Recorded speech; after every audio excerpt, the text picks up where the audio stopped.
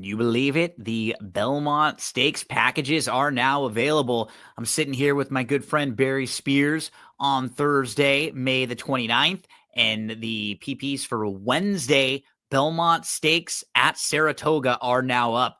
Barry, it's going to be like we've had the last couple years because of the renovations happening at Belmont Park. There's going to be the Belmont and all the stakes races run next week at Saratoga. We actually heard that those renovations have done positive because Belmont will be getting a Breeders' Cup in one of the next couple of years following. But it's an exciting time, and DRF has a really cool package. I was just telling you about this before we started recording. You can get the past performances for June 4th through June 8th, all of those days, plus clocker reports for all of those days, and then the betting strategies for Belmont Day for more than 50% off if you were to just buy them individually. So if you know you're going to be looking at all those races and playing them, you might as well just purchase this package overall because you're going to get the clocker reports on top of it. You'll get the betting strategies as well. This is a really good deal. Yeah, so it's like a golf bag. You get all the tools you need for the Belmont Stakes weekend and beyond, and it's just a good deal. I love it. And what's nice is they give us plenty of time to handicap those cards. So if you want to kick back a little later on, you can start looking at the June 4th card at Saratoga that is out right now at shop.drf.com. But again, if you know that you're going to be looking at the races for Thursday, for Friday, for Saturday, the big days as well, just purchase that overall package. It'll save you a ton of cash. Barry, you and I haven't had the chance to talk a whole lot of Woodbine over the last year and a half. Like 2 years ago, we talked a lot of Woodbine because I was covering Woodbine that year and working with them. And then the last couple of years, I've been working more with DRF, but we are doing some work with Woodbine. And even I think this weekend, DRF is going to give out free past performances for the day on the website at drf.com on Saturday. And it's a good Saturday card. Yeah. It's strong. There's 4 graded stakes races on the card. They put the first one in race number 1 because we don't really have to spend a whole lot of time on that race because we've got a 1 to 9 favorite. But after this race, I thought the late races, we're going to look at the late pick 4 sequence, races 8 through 11, and 3 of them are graded stakes races. I thought all of those races were really solid. Yep, very competitive, opportunities to beat some favorites. Big prices that look playable, right?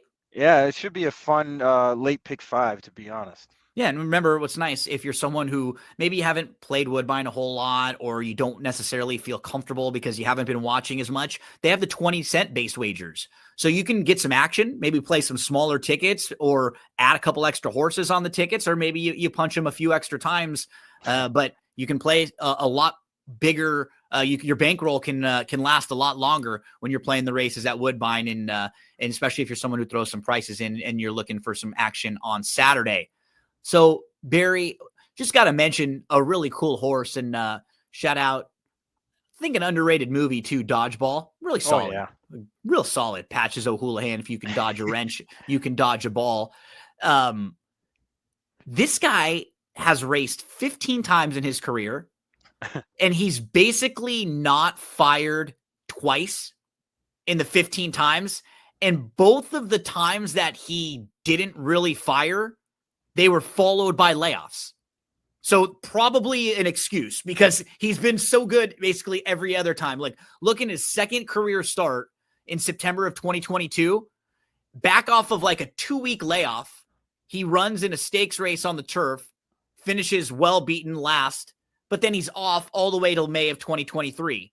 Comes back, has a bang up year, and then he just doesn't run well again in a race that's sandwiched by layoffs, the Kennedy Road. Every other race in his entire career, he's either won or finished second. And the 2 races he didn't has probably legitimate excuses. Not to mention the horse that beat him was a former Breeders' Cup champion. So yeah, he's just, he's a really cool horse to see run. I kind of make it a point to see him run. And there was another one, Pink Lloyd, who I like to watch run also. So, these aren't the best of betting races, but it's really cool to see a horse like that run in general. It doesn't matter who you are and what level. And for him too, it's not as if he's just been beating up on like Ontario breds. Like he's facing open company graded stakes races. Like anyone can go up and run and face him. He's just good, and he's good on the synthetic. He's good on the turf. He's good on both surfaces. He can win, and he showed us now as he's gotten a little bit older. He's not going to come from off the pace, but he doesn't have to just run off. He can be a little more relaxed. He's usually going to be on the lead, but he can just kind of ration his speed better as he's gotten older and more mature. Just a cool horse. You don't see the 1 to 9 all that often on the morning line, but it's just a field of 4, and it's not necessarily a great betting race, but it is one of the 4 graded stakes races on the card. Let's now move to the later part of the card where the races look very, very competitive and a lot different than that opener. This grade 3 Royal North, 6.5 on the turf. The 2 Tupi is a very good 6.5er. She's been excellent down the hill at Santa Anita. And you can kind of tell she's capable going shorter, but I think at 5.5 and at 5, she has to get asked like a little too much early to keep up. It's like she's just better when she can go a little slower early and kind of establish that going the 6.5 trip. Been real solid for nice connections. You've got other really logical horses to the outside, like the 8 Earhart. Now, she defeated, I think, 3 other rivals that she'll be facing. Girl in a Rush, Mr. Tart, and Ticker Tape. And they, she did it easily, but this will be her first start on the turf. So we do have to mention that. You actually have the horse who won this race last year, and that was Gal in a Rush. And Gal in a Rush is going to go second start back after a 6-month layoff. And Gal in a Rush is a grade 3 winner going 6.5 on the synthetic, not on the turf. So very interesting. I think I said she won this race last year. That was a note I had for another horse. But what's really kind of cool about this one is you see the name, right? This was Christophe Clement trainee, and we just saw the news that recently one of the fantastic trainers of this generation, Christophe Clement, passed away, and Miguel Clement will be taking over. So I think a lot of people will be rooting for Gal in a Rush here, who, I mean, you look at the form against Graded Stakes Company on the synthetic surfaces was very good, and even on the turf last year wasn't beating a whole lot, going 5.5. Yeah, I like our chances quite a bit in this race. I'm not really too enthused with a horse like Tupi. I mean, it seems like her best work comes down the hill. Yeah, kind of a tricky turf course, right? Yeah, and typically out west, I do a lot of handicapping and shows for Santa Anita. And it's weird how a lot of the downhill horses don't want any part of the flat 6 furlongs or 6.5. Right. And it shows. I mean, you can see it in the past performances of Tupi, just a different horse when she gets down the hill. So I'm a little against that horse in this spot, even though I think she might have a little bit of a class edge. Class-wise, she's faced better. She's got like the best resume. But I agree with you that turf course is a unique turf course, and she might just really like the way that thing plays down the hill. She can kind of get to the front end without really being asked all that much. And yeah, I would not, you just don't want to take too short of a price on her. Yeah, definitely not in a race like this where there's another speed in Earhart. That horse might actually be faster. And there's definitely a situation where this pace gets hot up front, and a horse like Gal in a Rush would probably be the beneficiary of such a trip or a pace scenario and be able to finish things off. I tend to believe that she's better on the turf. This is almost like the perfect spot for her. It really is. And honestly, you dive into her form overall, like you go through last year, for example, and like everything she did last year. She starts the year with a really nice second in the license fee. She comes back. She finishes 4th. That's a tough race. She's only beaten 2 lengths behind Future is Now and Roses for Deborah. She again loses to Roses for Deborah later in the year on the synthetic. She wins the grade 3 Hendry, second beaten the neck in the Seaway. Like she's showing up in each race, except for the final race of the year when she doesn't fire before the long layoff. She also loses to a horse named Stormcast, who's a fast horse. So that one just got loose on the front end. And this was a good group too. Love the Shop, Tripolina, These are really nice horses. It's a good spot for Gallon to Rush. To me, she's an absolute use in the pick 4, pick 5s. However, you're playing these late exotics. I think she's one you want to throw in. Yeah, another horse that really caught my attention is the 5 Ready to Jam. Oh, we're Uh, usually on the same with these ones. That's right where I was going. Yeah, Start us because off with it's like, they really, once they got away from this horse sprinting, it muddies up her form quite a bit. And I think getting back to the sprint distances is going to make all the difference. She was kind of peaking when they went away from it, which, begs the question of why. But I'm gathering it's because those races were worth a little bit more. That comeback race at Churchill was pretty good. Paint You Later's a pretty nice horse, and the stretch out to 6.5 makes all the difference. This horse is probably going to be perfectly placed as well, and we'll have a shot at it just like Gallon Rush. She's one of those horses that you can go through every one of her races in her 9-race career, and they all make sense because her first 3, they're very good. They're sprinting. She wins in the second start. She actually beats the boys in that race. She comes back in the Catch a Glimpse. She runs a good second there. Then in the Natalma, they go longer. And just as you were pointing out, she doesn't want to go longer. So eliminate that race going a mile on the turf. She shows back up in January at Gulfstream, and she doesn't really fire there. But look at that race. That was sandwiched by layoffs. So she came into the race off a layoff. Something had to go wrong because they weren't just going to run that race and then be off again until July. They were going to try to get a couple races at the Gulfstream meet. That was the plan there. So unfortunately, right when she's about to start her season, boom, layoff again. So I think you can eliminate both the September 23 race and the January of 2024 race, put a line right through the 2 of those. She comes back, she wins nicely at Woodbine, and they go take a shot in a stakes race at Belmont and Aqueduct going a mile. Again, she just doesn't really want to go that long, so they cut her back to 6 furlongs. She runs really well. She finishes 3rd. I don't think she wants to be on the lead either. Yeah, I think they forced her hand. It was a small field. Yeah, it's she field had of 4. Right. She's like, you're in there. It's a field of 4. She draws the rail. So those types of races are way different. She gets off from October to May. She shows back up. And honestly, 5 is probably too short for her too. Right. This is the type of trip she wants. Something between 6 and a mile, 6 and like 7 furlongs. And she likes Woodbine. She came running late. Going to be like the harness trip where she comes running late. She's going to be a little more in the mid pack in this start. If she's like 8 to 1-ish, that's a win wager for me. Yeah, on this type of a horse. Absolutely. I don't think we'll get that price. I think she's probably going to be middle of the road, like 9 to 2, 5 to 1-ish. But I wouldn't discount a horse like the One Metaphysical as a horse kind of on the rise. I'm not really sure why they went away from the turf, but this horse is kind of knocking on the door and was probably over distanced in those turf races that she had early in the career. Yeah, and she's been running really good races coming into this race. I could see her making some noise at a big price, as the quote unquote hot horse. Metaphysical is 20 to 1. She was second in the grade 3 Dogwood. That was on the dirt. And we've just seen a lot of synthetic since then. So she ran some good races on the turf before that. Then she runs well on the dirt.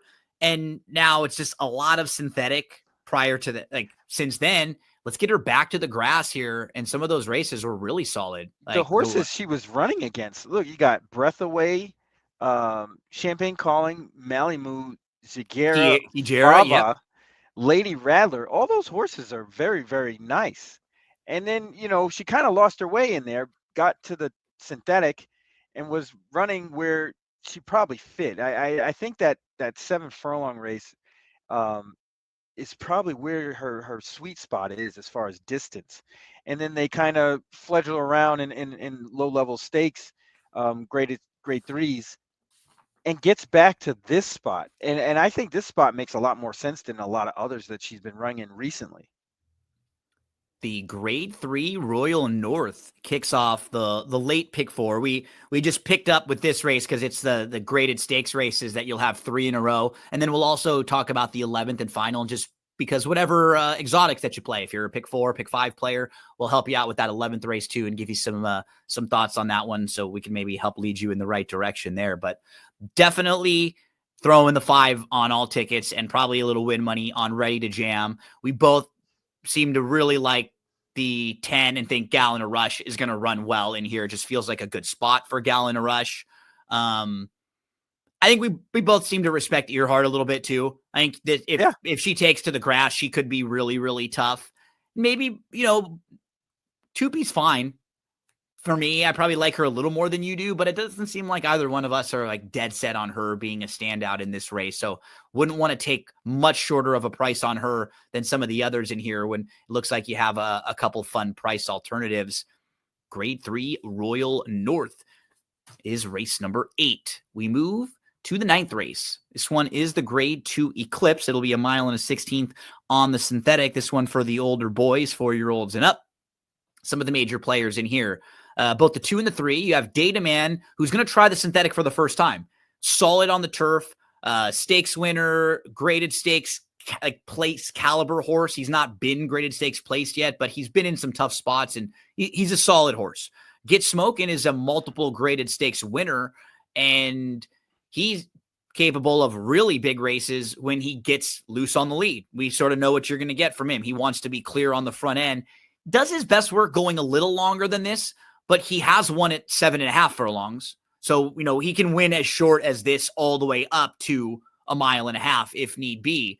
You've got Webslinger, who was a horse who was a deep closer and was a little unlucky, would always get some trouble trips, would get stuck in traffic, then was in a small field in the Colonial Cup, and they put him on the lead last time out. That's not really his running style. And in a race like this, he won't be on the lead. He'll be coming from out of it. But he's trying the synthetic for the first time, too. So you have a couple horses like the 2 Data Man and the 7 Webslinger who are good enough to win this race if the form that they had on the grass transfers over to the synthetic. But that's a real question for both of them. We've never seen them on the surface. So why it makes a race like this a little tricky. And even Get Smokin', who is very fast and good when he clears. This is a little shorter than where he's been doing his best work at recently. Like even last year, he was 4th in this race. When he came into this race, off a layoff, started his season, got the lead, but faded. Yeah. I mean, on paper, he's supposed to win this. He is. He there's really nobody that's going to go to the lead unless Webslinger tries the same maneuver, which I highly doubt. And not at this short. I just don't think he's that quick. I mean, no. When just to kind of give you a little example, when they raced against each other on July 20th at Monmouth, Webslinger was 7 lengths behind Get Smokin' early in the race, going 1 mile and 3/8. So I don't think he's even close to as quick as that horse is. I think It was really intent in a small field last time, them going, hey, look, 4 horses. We mentioned it's in the last race, right? It takes a horse out of their normal running style when you're in a really small field like that. Absolutely. And I think the great equalizer with Get Smokin' is the layoff. This horse doesn't seem to fire his best shot off layoffs. And that kind of gives opportunity for other horses to step up. Webslinger is one of them, but being a deep closer with this pace setup doesn't really bode well, especially at a short price. Yep. A horse like Classic Motown or even Stanley House. Man, we're seeing the same too. Those are the 2 that you think could get a trip, right? Who kind of fit with the class, especially Stanley House. Yep. Yeah, because that horse is going to be really pressing the pace, and if Get Smokin' just doesn't have it, or is a little bit short, I think Stanley House would be the great beneficiary of that and inherit the lead and kind of would have at least a chance to kind of finish it off. Classic Motown finishes behind Get Smokin' in December 7th in the Valedictory, and I can't see this horse being better than that. I think that's probably the ceiling. Possiblemente in the same barn kind of has the same running style. Will most likely have to get into it a little bit earlier. 10-1, this might be the one that gets overlooked. And it all depends on how you feel about this horse coming off the layoff. Martin Drexler does very well with these types.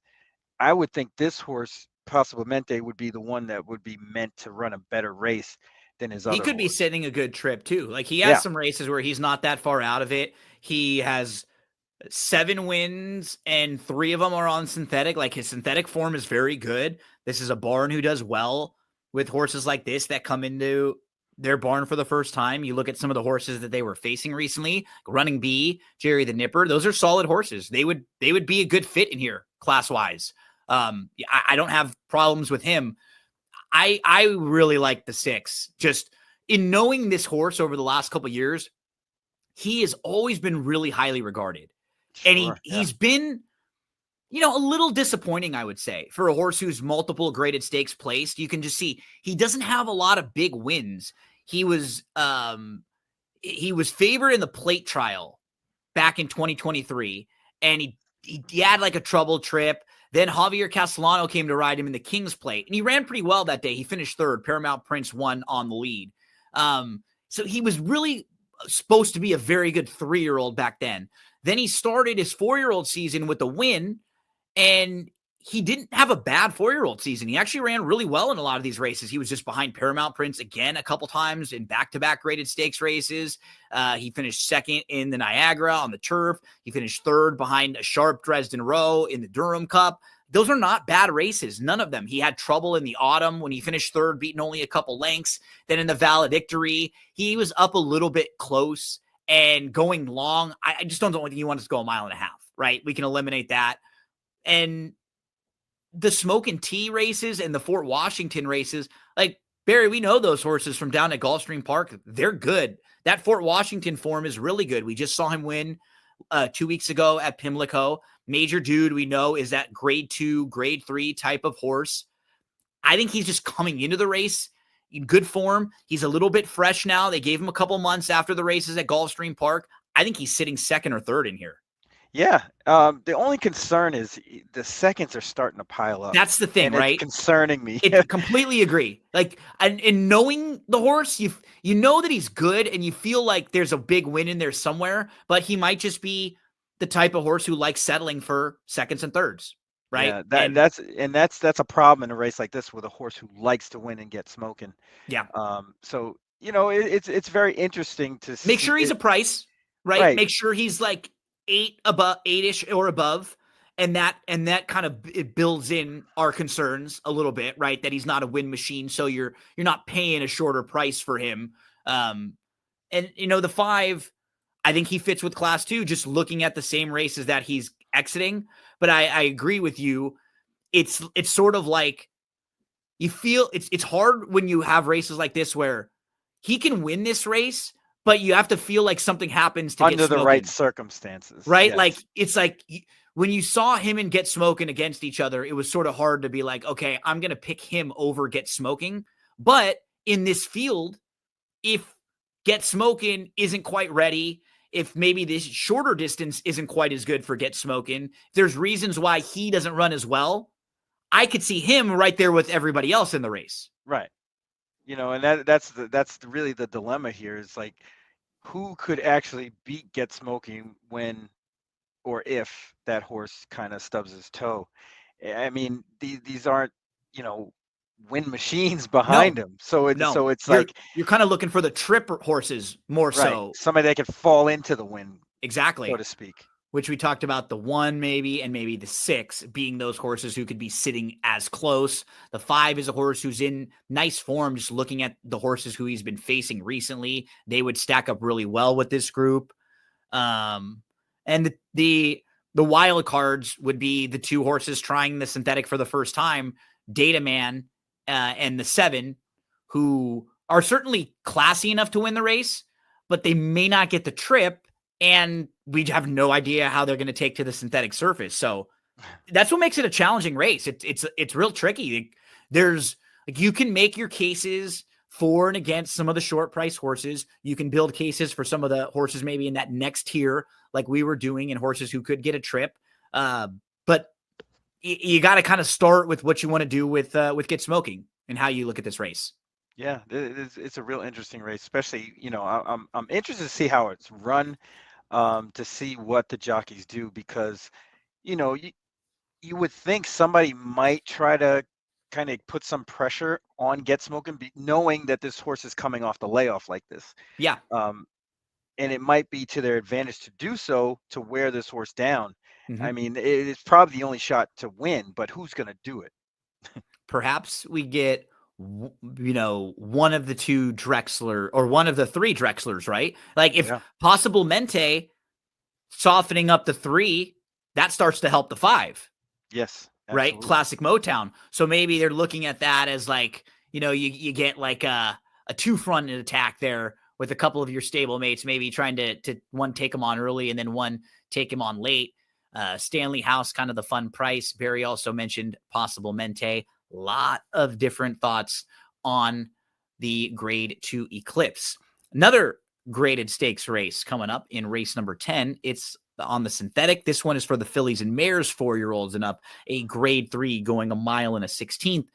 And this is the horse who actually was confusing a little bit earlier on with the gal on the run. It's Fashionably Fab, who won this race last year off a similar type layoff, was off from December 9th to June 1st and won after winning the La Provoyant. Won the La Provoyant and has been off and now makes the start in the very same race. She won this race last year, won the Ontario Matron, so was a multiple graded stakes winner last year. Ran into Full Count Felicia, who was also very nice. So she's one to mention just because she won this race last year, but she's only 5-1 on the morning line because you have a couple other horses who are really talented to the inside. Dana's Beauty is a synthetic specialist who has done some really good work at Turfway over the last couple years. And Caitlin, Her Greatness, she actually won the King's Plate last year. She beat the boys. And following that, she went on and finished third in the QE2 Cup behind She Feels Pretty. And then I think we can probably eliminate her final race of the year. She showed speed. She faded a little bit. It wasn't even a bad effort, but it was the final race of the year before going to the bench and before a layoff. So one and the two are both super live, super classy, Barry. I think you kind of start with them. Yeah, absolutely. Especially Dana's Beauty. I mean, you see all the victories there, especially on the synthetic. But I like betting against favorites on the rail. Yeah. And there are two of them that have similar running styles. I mean, Dana's Beauty, this is probably the toughest race she's had in a while. Mm-hmm. And coming off a layoff, I'm sure she's going to be fresh and kind of winging it out there. But Caitlin, Her Greatness won't be too far behind, and No. that might set up things for someone else. Yep. There's other pressers possibly in Freedom Speaks, and even the 9, who I do kind of like a little bit. Fashionably Fab can kind of get into it early and She's may pretty be able versatile. to, Yeah. yeah, to kind of finish the race off if those top two or the 1 and the 2 kind of duel each other into submission. But the horse I would want to bet in this race is the 7-4 Flying. I just think that there's a potential for this horse to take to the synthetic and running these horses off their feet. No show Sammy Joe, the horse that this horse finished behind at Laurel last weekend, just got nipped by King of Gosford. And looking through this horse's past performances, these races aren't as bad as as the class looks on paper. Especially the All Along. I think that's a little bit tougher race than what this is. So given that scenario, I wouldn't take under 8-1 on this horse just because this horse has never been on synthetic. But man, this horse should be at the right spot. I think she fits very well in here too. She's got some real serious ability. I think she got it caught up a little close in that race last time out. She's a little bit flat. I think you can really eliminate it as well. She's nice. The one who I think is going to get a pretty good trip, Barry, and I like is the 4, Literate. So I'm looking at what Literate did last time out. She was in the race with Torpedo Anna, Raging Sea, Taxed, Randomized. That's just a lot better group than this. 2 starts back at Gulfstream. That's a really nice race. She beats just FYI and Gunsong there. Yeah. That's a race where everybody was sort of a perfect trip, though. Yeah, she got it. And I think that's why that inflated number is there. I mean, it was almost a perfect setup you could ever want. So The races I actually like even more, though, are the ones going back to Woodbine on the Yes. synthetic here, right? And when we're talking about if the two inside horses go at each other, we're looking for horses who are going to be kind of getting the trip from off the pace. I actually think she could get a very similar trip to what she got at Gulfstream or some of the trips here at Woodbine when she's sitting, anywhere from 2 to 5 off of it, letting them go at it early on and then just waiting for it to develop. Third start of the form cycle for super solid Woodbine connections proven at Woodbine. So yeah, I mean, I don't want to take shorter than this on her because I agree with you. Like, she needs to get the right setup because she's not quite as good as the 2 to the inside and probably the 9 on just raw ability. But she could get a really nice trip, and she might just be a little better on the synthetic overall than we've seen with her like on the turf. So yeah, I'm going to use her in pick 4s and pick 5s.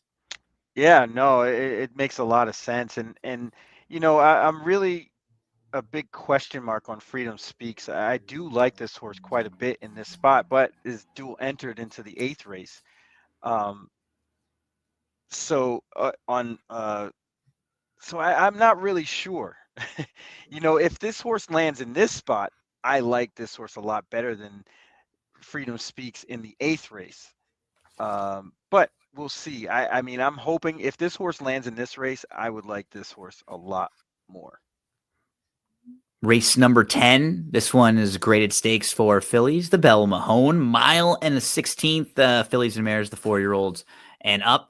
Another tricky race. Horse that's definitely going to be in the mix for me is the 4 Literate. Barry talked about the trip that the 7 could end up getting to. Those are some of our maybe a little outside the box horses. 2 horses down to the inside are very classy. Dana's Beauty and Caitlin, Her Greatness. They've been in good form, but the 9 actually won this race last year. So another race where, just right there, like when I'm doing the overview of the race, you're mentioning 4 or 5 different horses. Oh, yeah. Right. So that's what makes these races competitive, challenging, not necessarily just the one horse that you can say, oh, yeah, I'm going to single that one. As we move to the closeout race, Barry, this one is race number 11. What's on the menu for the Notorious OTB this week? We did a little Churchill this week, $100 budget. Saturday card on the Churchill? Yes. That's a good. It's the Stephen Foster preview day. So yes. Those are some really solid, I think 5 or 6 graded stakes races in a row, right? Yep. There's 5. We did a $100 budget show for that. Wolfie went to Lexington and ended up getting sick. So we really didn't do much this week, but next week we're going to really hammer it. Obviously, Belmont. It's Belmont week, so we'll be spreading it around for sure. You'll see us in a lot of places. Shout out to Chase. He got some cool pictures and footage at some of the farms that he was visiting when he went to Lexington too. So I liked seeing some of those on the socials. Barry, we close it out in race number 11. This one is a maiden special weight race going a mile and a 16th on the synthetic. Some of the major players in here and horses that'll take money. You've got the 9. First off, Quality Presence is a horse who's run a bunch of times. And like there's a couple races that are good, but she's just a hard horse to trust, and she's moving turf to synthetic. The 9 is another one like that, but she figures a little bit more, but 4 of her last 5 races have been second and 3 straight races where she finished second. Now, my counter to that would be she wasn't favored in any of those races. So she was actually in pretty tough spots when she ran second. She was 19-1, she was 16-1, and even last time out, she was 7-2. So she wasn't supposed to necessarily win those races. And this time, she does on paper look like she's one of the more solid horses in here when you're just looking at what everybody's done. I do think one or 2 others that I wanted to mention, Barry, the horse way to the outside, My Emmy, who showed ability in the debut, but then in her next 2 starts, she's had kind of some issues. She's running spots. I think she's better than those 2 races would suggest. Even a horse like the 1 showed some real improvement when the races got longer last year. You notice as soon as gave her some time off, she showed back up in October, and those races going longer, she was behind Serenading Kit but she was much closer to winning those races and just better speed figures overall. What are some of your thoughts on the closeout race? Yeah, no thank you to Serenading Kitten. That horse just seems like a little bit of class relief will do the trick. Like you said, those races, this horse wasn't even favored, finishing second. It just feels like that horse is overachieving because the horse is still doing the same thing. Yeah, that's definitely a horse that will not be on any of my tickets. If that horse wins the last race, I will not have anything at all. I guarantee it. Um, but a horse that does strike my attention is the 5 Mo Argento. Yep. I think this horse's baseline is a lot higher than most of these Most. horses, and that improvement, steady improvement, as a 3-year-old and a maiden that doesn't have many races, the natural progression is to go up a little bit higher, and I think that would put this horse right in the mix. Decent price, probably would get it, 8 to 10 to 1 in this spot. This is a wide open race. I would gather the favorite in here is going to go off at like 3 to 1.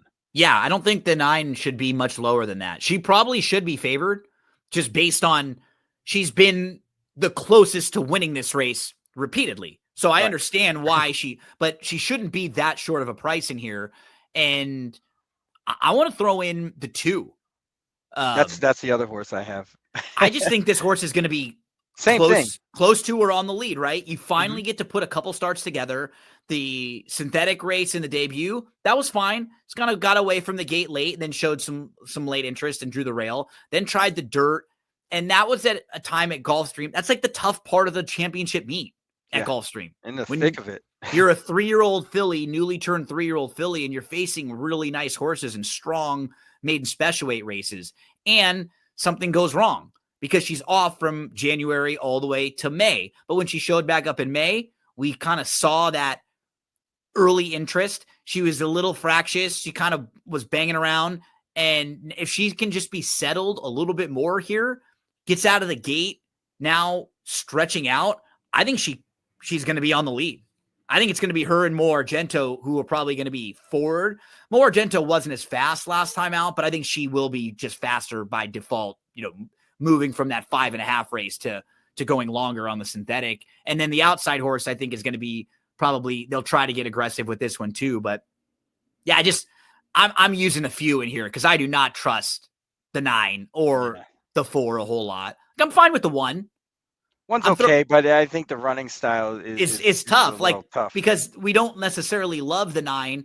I do just like the way, we've seen the progression with the 1, so I can understand. Okay, moving from the sprints to a route, this horse has basically improved on the speed figure every race of her career as well. So can she now have a little more time off? And now as a 3-year-old, maybe she's grown up a little bit. Maybe as a 2-year-old, because she's not that quick, those races are a little harder for her. Now you grow up a little bit, you mature. She'll probably be at least some of my closing tickets late, especially if I shorten up on earlier spots where I like some of those horses.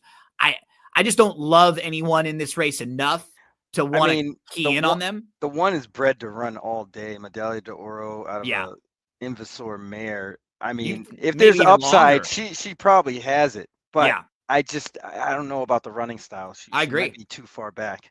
And off the bench, if she's not if she's a little bit slow, right away and kind of grindy behind, that's why I like some of these horses who I think will be more forward.